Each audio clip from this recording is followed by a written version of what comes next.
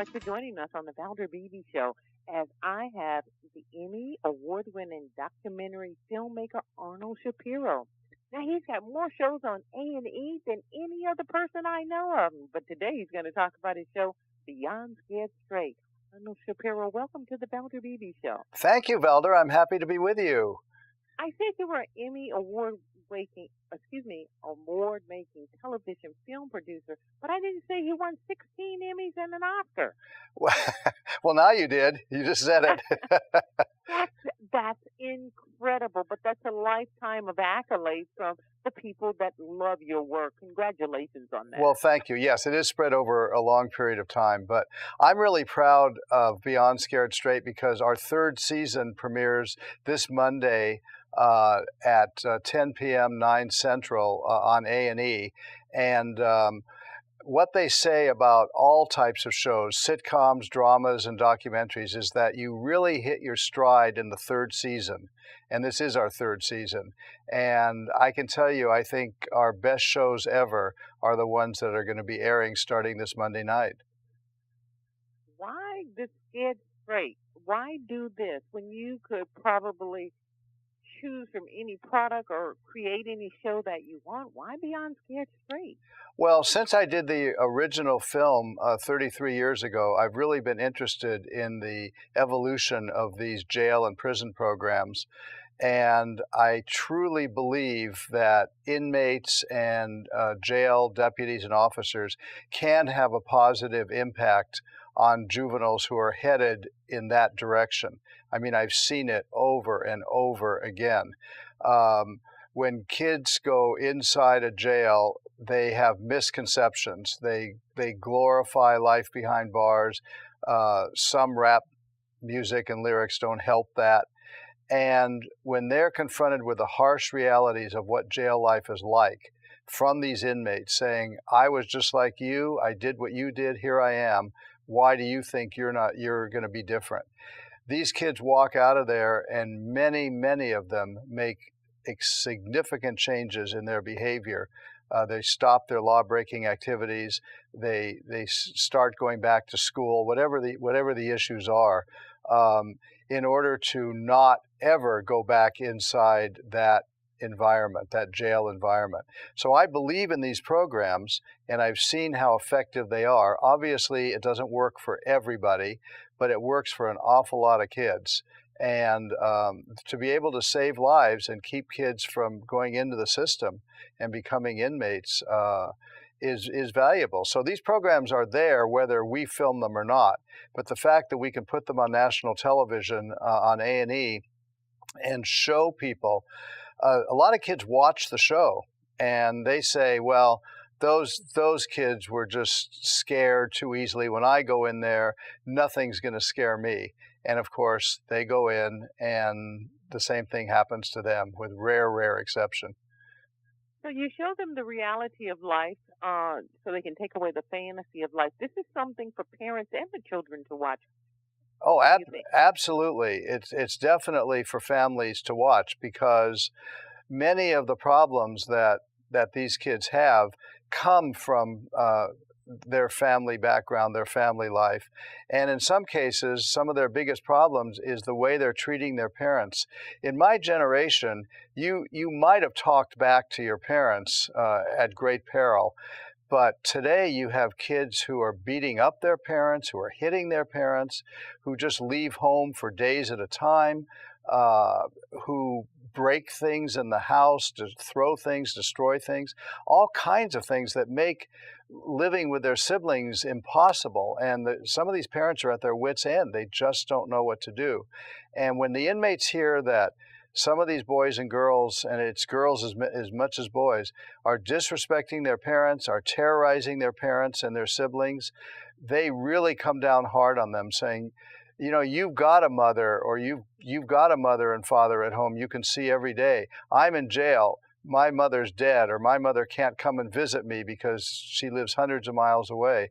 You're lucky you have what you have. And they really give these kids a perspective that they don't have until they confront these inmates. Some of these inmates really should get degrees in counseling because they're that perceptive and they're that good from just taking their own awful experiences and showing the kids what the consequences are of these dangerous and destructive behaviors. Is this a new show that comes on Monday? Well, this is the beginning of season 3. Okay. And what I've found is that a television series really hits its stride in season 3. And I can tell you that I think the best episodes we've ever done are the ones that your listeners are going to see starting Monday night. We're airing for 9 continuous weeks, every Monday night at 9 Central on A&E. Each one is a different jail or a different prison that we go into and observe these various juvenile deterrence programs. Each of them has a different name, and some of these jails have actually named their program Scared Straight after my documentary. Okay. Well, let me ask you, you've done so many series. You've done Scared Straight. You've done the reality series, Rescue 911. Right. You did the summer series of Big Brother. You did Homeland Security USA. I mean, the list is very, very long.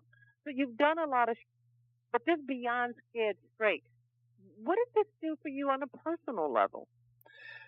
That's a great question, Valder.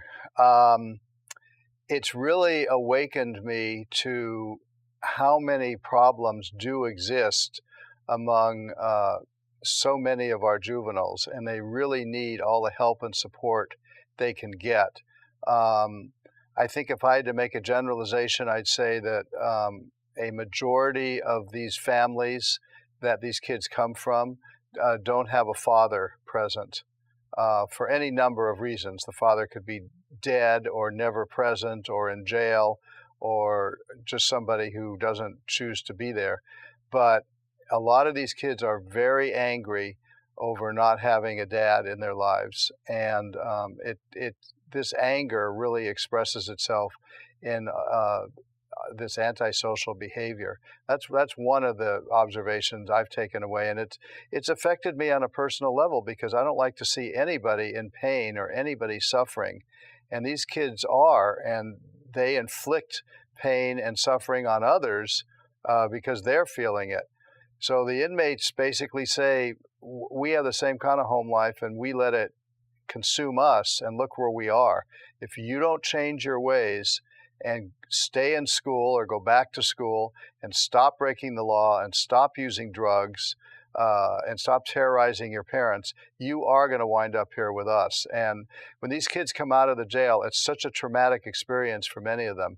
They really do change. So I'm a great believer in the effectiveness of these programs. Well, Arnold, you are doing, so this is, and this is not just to pat you on the back. Somebody needs to say something about people not having a dad at home. Somebody needs to say it. And people are saying it. Bill Cosby says it all the time. Yes. That this has a great impact on society.